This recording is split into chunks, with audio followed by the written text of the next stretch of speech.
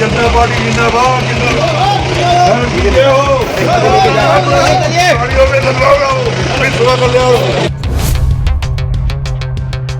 ये अभय मिश्रा सेवरिया विधायक आरोप लगाया कि कोई सतीश त्रिपाठी के मोबाइल से संजय त्रिपाठी के नाम के आदमी ने गाली दिया।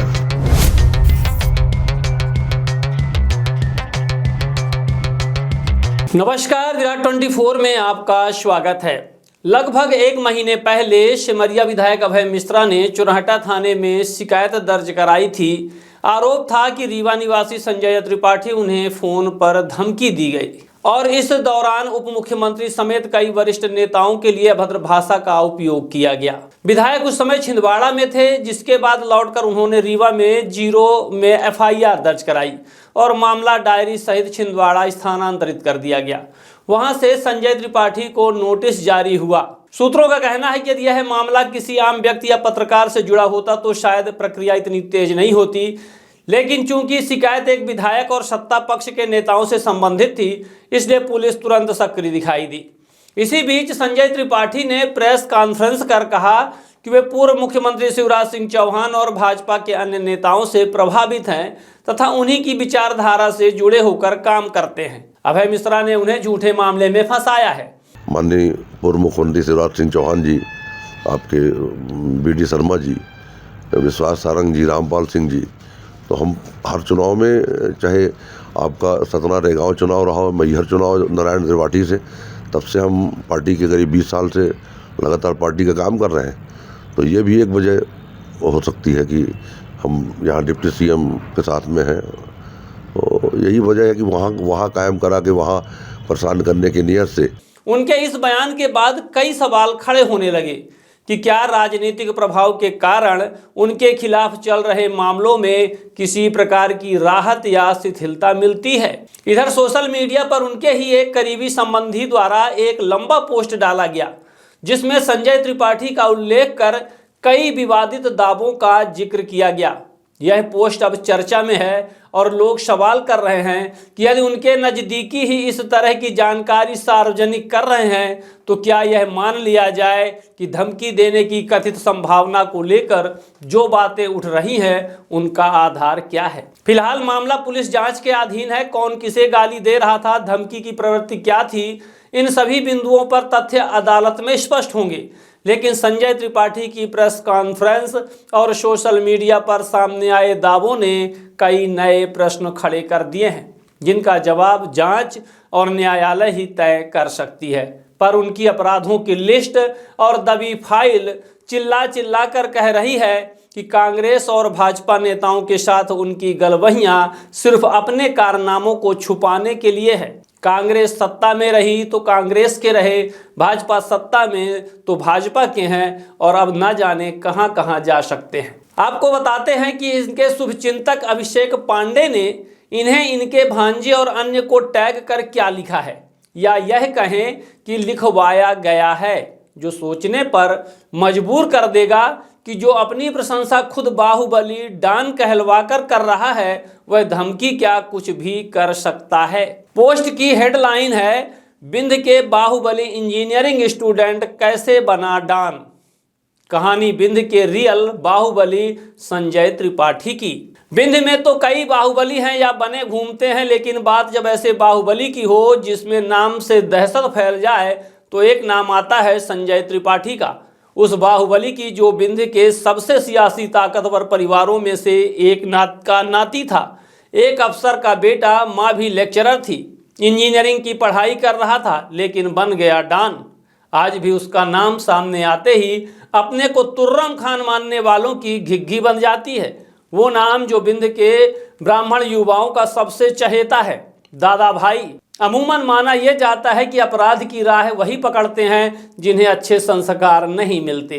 उनके साथ अत्याचार होता है, गलत रास्ते से पैसा कमाने की ललक होती है। लेकिन संजय त्रिपाठी के साथ ऐसा कुछ भी नहीं था। वो पूर्व विधानसभा अध्यक्ष श्रीनिवास तिवारी के नाती हैं। उनकी सगी भतीजी के बेटे, पिता अफसर थे, माँ सरकारी लेक्चरर। परिवार उन्हें भी इसी राह पर ले जाना चाहता था, लेकिन संजय ने पकड़ ली, बन गए बाहुबली।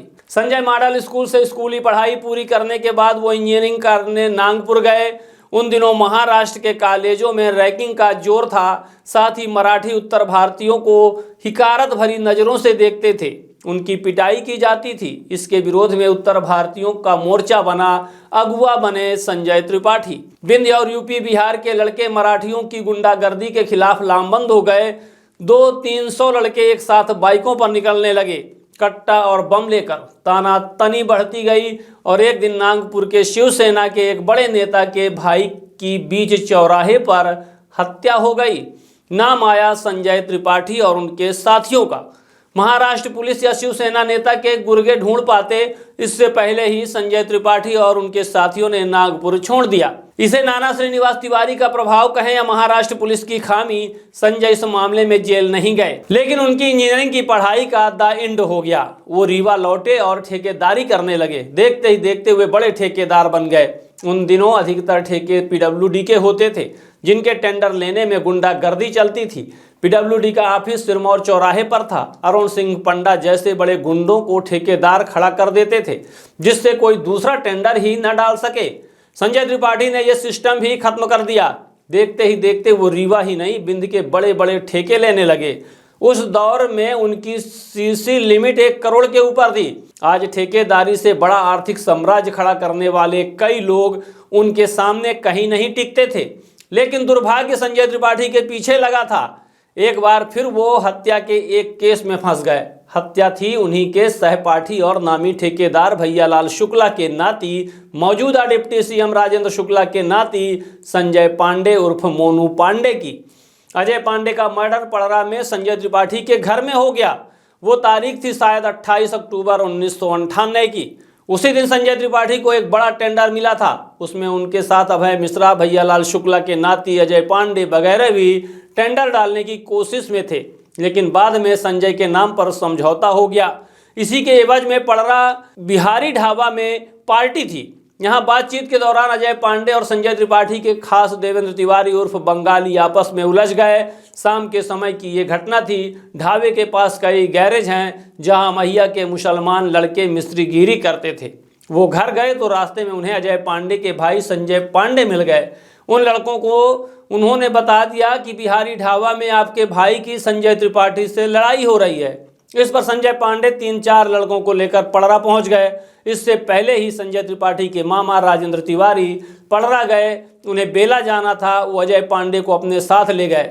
इधर संजय पांडे पहले बिहारी ढाबा गए और जब कंपनी वहां ना मिली तो सीधे संजय त्रिपाठी के घर पहुंच गए। वो अपने भाई के बारे में पूछताछ करने लगे। संजय त्रिपाठी ने समझाया कि कोई झगड़ा नहीं हुआ है। अजय पांडे ने राजेंद्र त्रिपाठी के साथ झगड़ा किया, लेकिन संजय पांडे मानने को तैयार न थे। बात बढ़ती गई और संजय पांडे ने कहा कट्टा निकाला, और उन्होंने कट्टा निकाला तो संजय त्रिपाठी की 315 बोर की राइफल निकली और धड़ाम, संजय पांडे 10 फुट दूर उछलकर गिरे और उनके साथी भाग खड़े हुए। कहते हैं कि संजय इतने गुस्से में थे कि कुछ देर बाद जब उनके मामा राजेंद्र तिवारी जब संजय पांडे के भाई अजय पांडे के साथ बेला से लौटकर मौके पर पहुंचे तो संजय ने उनकी गाड़ी में भी फायर झोंक दिया। इस हत्याकांड से शहर में सनसनी मच गई। श्रीनिवास तिवारी और भैयालाल शुक्ला दोनों शहर की शख्सियत थे। एक नाती ने दूसरे के नाती का मर्डर कर दिया। संजय त्रिपाठी फरार हो गए।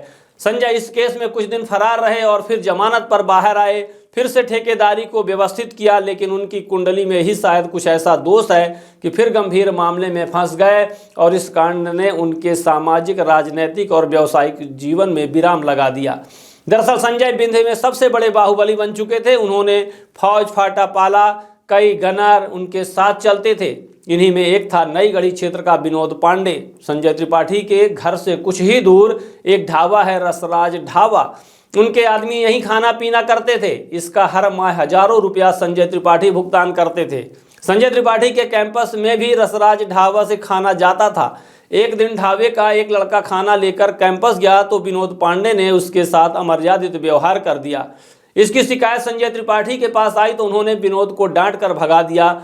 विनोद पांडे बेहद ही दुस्साहसी है। संजय त्रिपाठी जब वहीं कहीं निकलते थे, गाड़ियों का काफिला साथ लेकर चलते थे। गाड़ियां लाने का काम विनोद पांडे लोग ही करते थे। विनोद पांडे ने एक ट्रेवल एजेंसी से संजय त्रिपाठी के नाम गाड़ी किराए से ली और नई गढ़ी के ग्रामीण बैंक में डकैती डाल दी।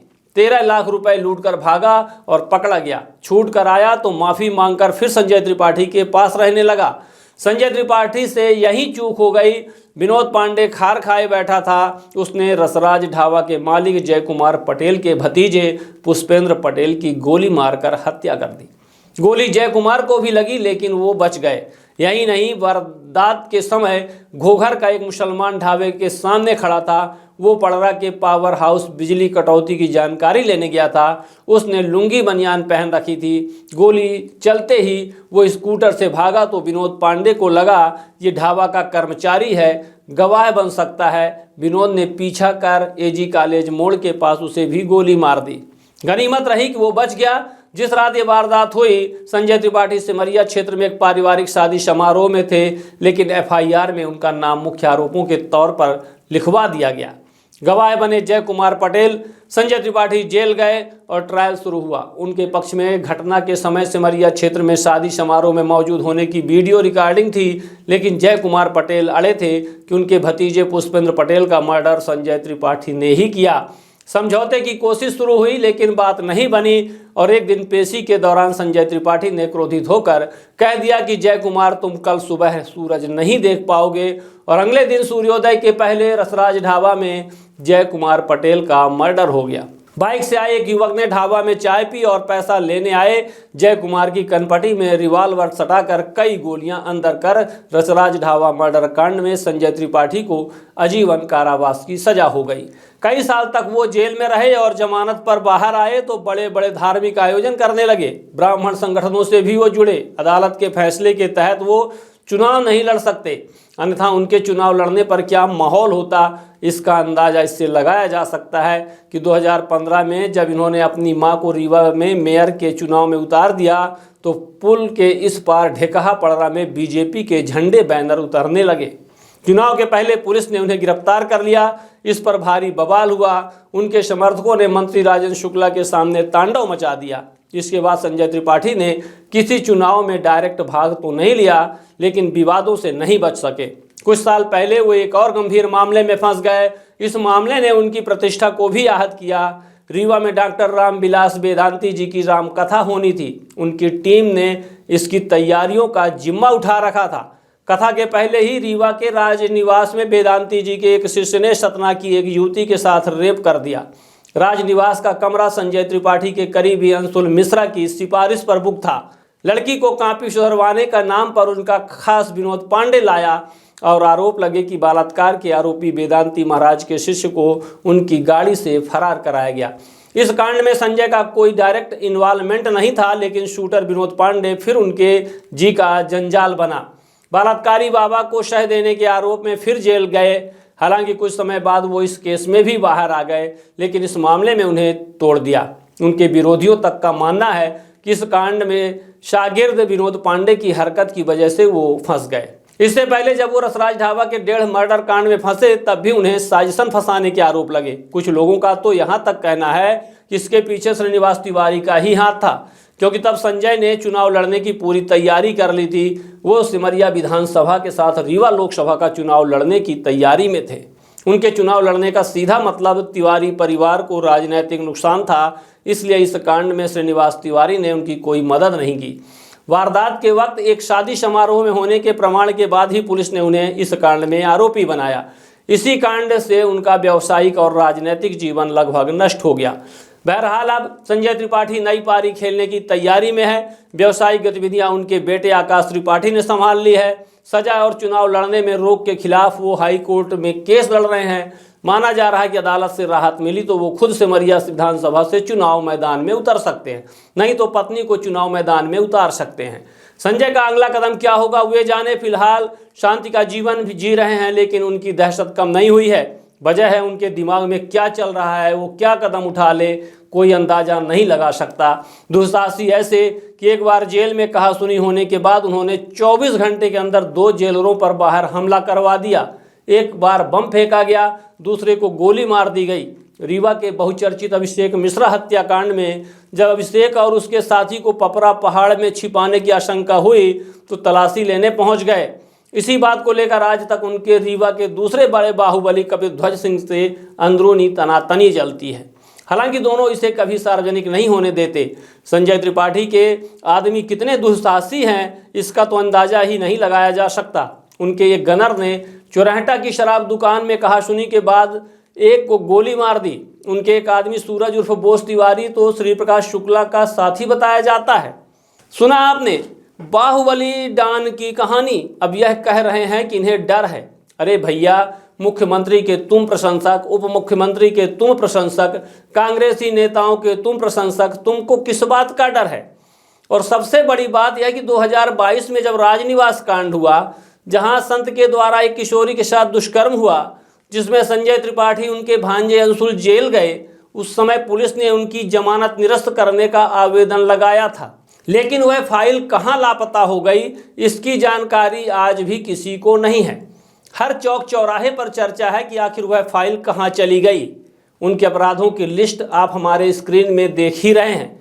खैर, आज जो जितना बड़ा अपराधी वह उतना बड़ा समाज सेवी, सबसे बड़ा भ्रष्टाचारी, सबसे बड़ा समाज सेवी। खैर, विराट 24 का काम है आईना दिखाना, चाहे वह दादा भाई हो या भैया साहब, विकास पुरुष हों या समाज सेवा की आड़ में भ्रष्टाचार करने वाले भ्रष्टाचारी। उनके कारनामों को अपने दर्शकों को दिखाना मेरा फर्ज है और मैं दिखाता रहूँगा। लेकिन संजय त्रिपाठी की प्रेस कॉन्फ्रेंस के बाद अब चौक चौराहों पर चर्चा तेज हो गई है कि ये जिस बहाने से जमानत में थे, पत्नी को बीमार बताया गया था, लेकिन आज खुद बाहुबली बताकर फिर से एक बार रीवा में दहशत फैलाना चाहते हैं। अब देखने वाली बात यह है कि इनके द्वारा कराई गई यह पोस्ट पुलिस विभाग में क्या खलबली मचाती है।